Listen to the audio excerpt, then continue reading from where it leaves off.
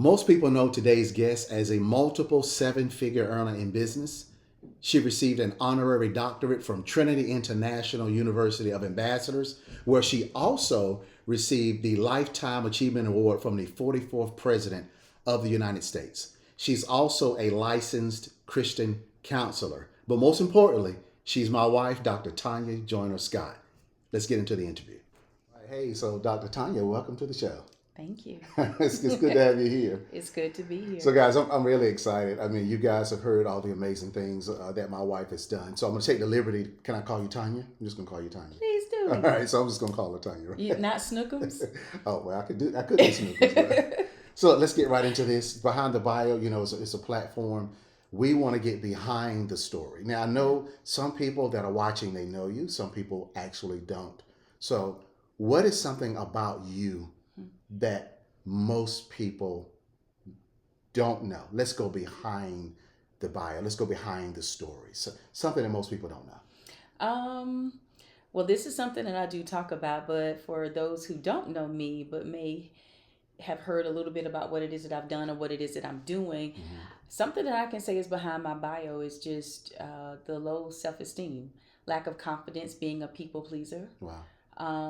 And not really seeing my own value and my worth. Yeah. So look, let's take that deeper. So guys, I have personal knowledge, but we're talking about being a people pleaser, low self-esteem. So I can recall times that we've been on the stage. It's been 5,000 people in the audience, 3,000. We were just in Dallas not too long ago. 3,000 people in the audience. And now I'll say this: you've gotten much better.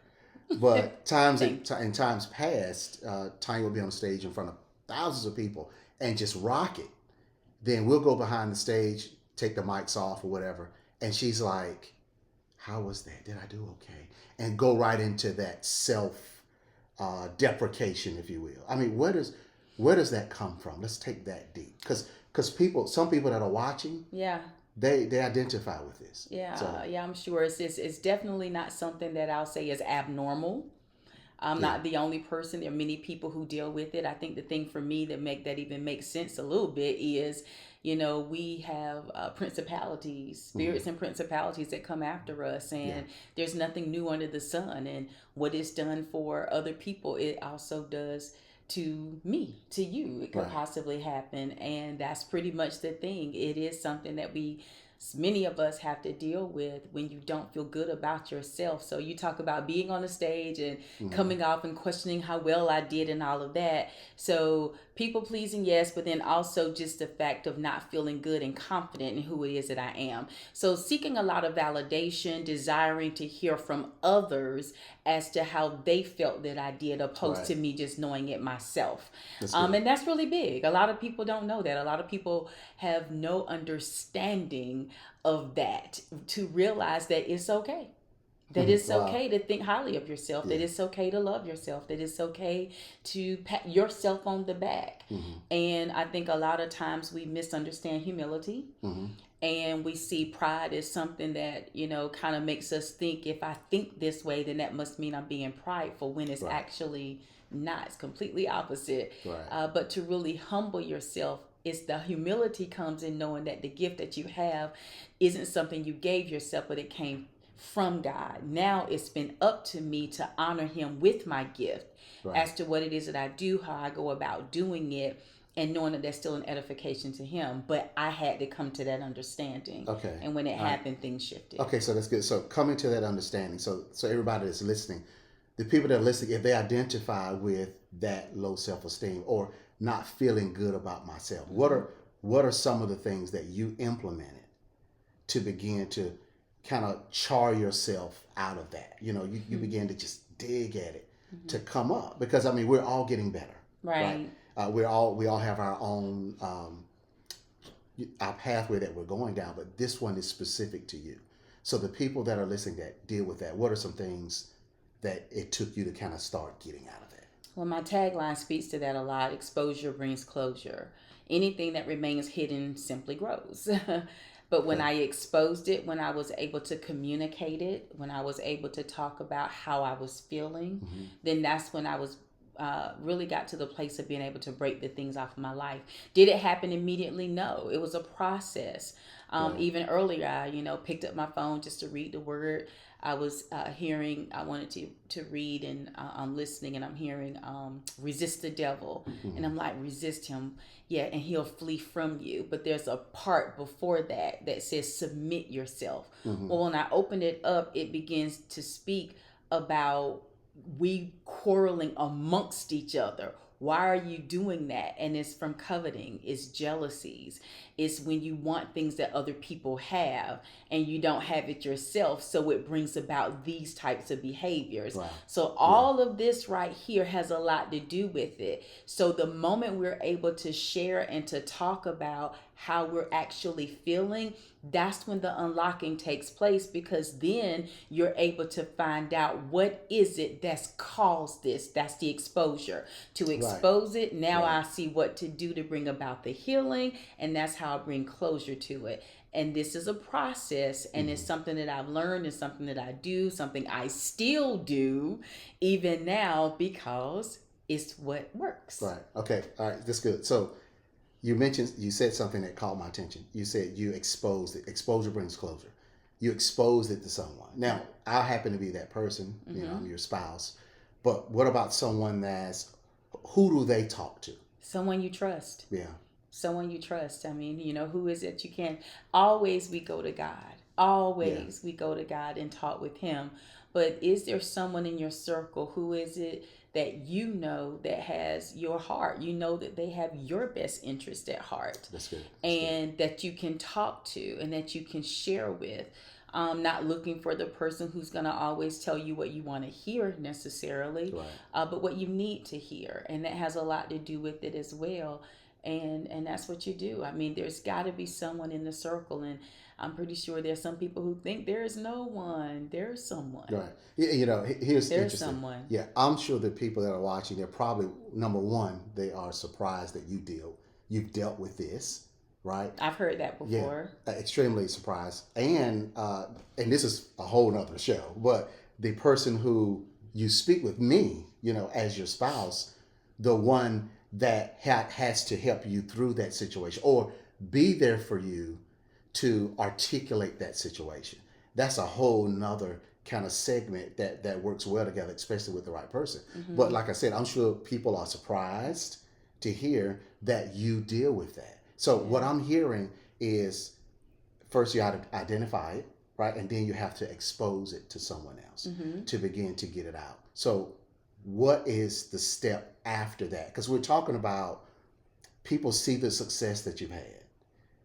But these are some of those things that are like, wow, I had no idea that she dealt with that. And in actuality, to me, it's actually, it's a check. It's a check for humanity, right? Because it's like, hey, somebody else deals with some of the things that you deal with. That's good. Somebody else That's deals really with the good. things that I deal with. So taking it to talking with that person, now we're into coming out of it. If you had to describe that process, what does that look like? It's a process. That's basically it. It is a process. Nothing happens overnight. But here's the thing, forgiveness does. So, once we go to God, we confess things, you admit, you acknowledge the things that you're actually dealing with. And I would go before the Lord and say, I'm going to lay my heart on the altar. And you do that. So that forgiveness happens immediately. Now it's the process. What we have to know is that you've been forgiven. What we have to know is that you've been restored. Restoration is even in process. These are things for us to know and realize so that you can move. If the enemy can come into your life in any way to speak to you, to stifle you, he's going to do that. What do you mean, Tonya?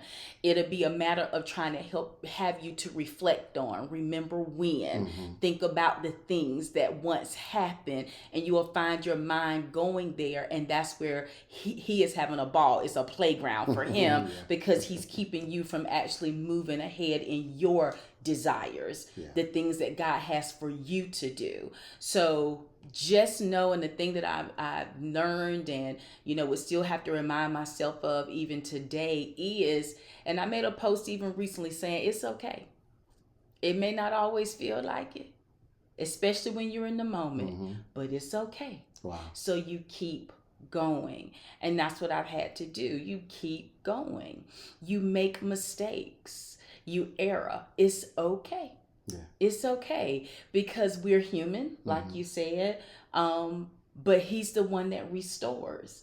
And the Yeah, that's restorer, good. and he loves it. Thank you, Lord. He loves it. He loves to know that he can be present, that we will call on him, and when we have need of him, he is present and he is there, and he continues to help us. And that's the thing to get and to understand. Wow. And that's what I've learned. I mean, it's so much. It's no one easy answer when it comes to this, because a lot of times in situations like this, especially for people going through, we want the black and white. There is no black and white. That's good. That's what process means. It takes time. It's effort, it's continuous, it's acknowledgement, it's the exposure, it's moving on, it's forgiving yourself, it's forgiving others. It's all of those things are constantly in play, and it's what brings us to the place of where we go and who we are. And it's That's a good. beautiful thing. Yeah. It's a beautiful thing. That's It's amazing. life. That's it's amazing. life. So you guys, as you hear Tonya articulating that journey, I mean, and we look at the things that we fleshed out on your bio. You know, it's those things on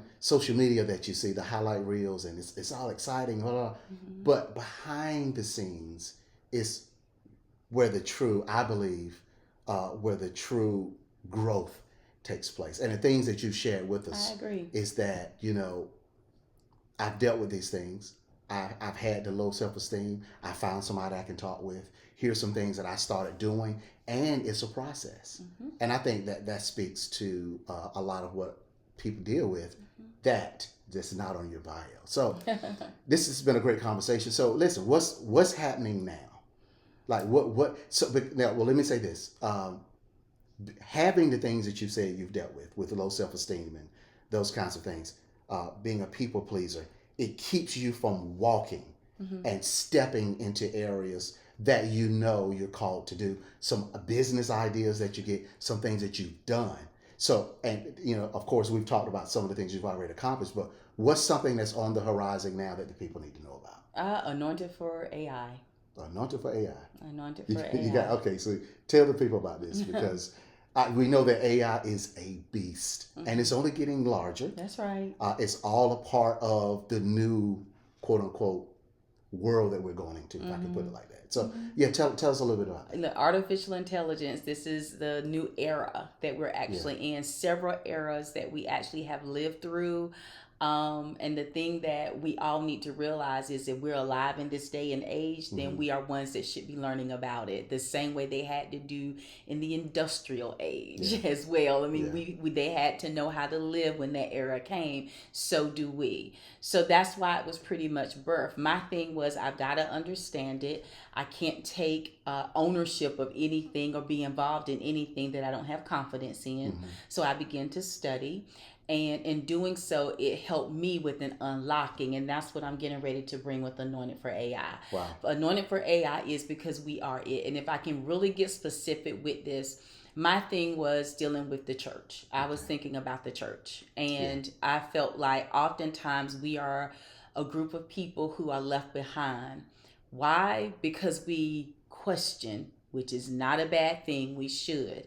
But we would question so much and watch because we see the world actually using things. So we'll say that's not for us, opposed to us coming in as his children and being more of the dominant ones using it so that it's not altered by the enemy. The enemy only manipulates. That's good. Yeah. A lot of deception. You know, he steals. This is what he does. So, and he is not a creator. He cannot create. He did not create this, because that's not something he can do, but he can manipulate it and he can sabotage it. So we'll see the world sabotaging a thing and leave it to them, opposed to taking it back and doing with it what we know to do, which would keep us in the dominant role in the world.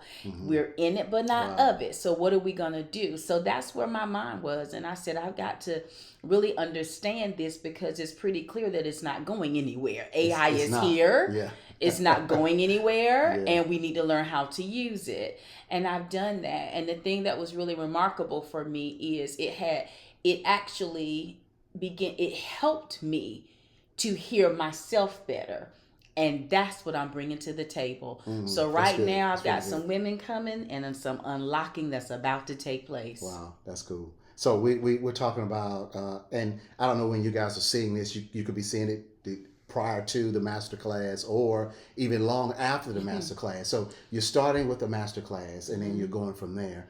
So what is it that if people want to get in contact with you to find out more about it?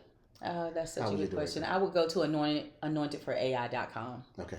That'll be the simplest thing to do. And then you can find the master class there to register for whenever the next one is going to be. If you want to go ahead and sign up for the course, please do so. Also, we'll have a membership that's available for people. That's kind of where I'll stay with you, just kind of helping you grow, helping you build with whatever it is that's in your heart. But just go to anointedforai.com and you'll be able to see it there. That's good. So now let's look at this, Tonya.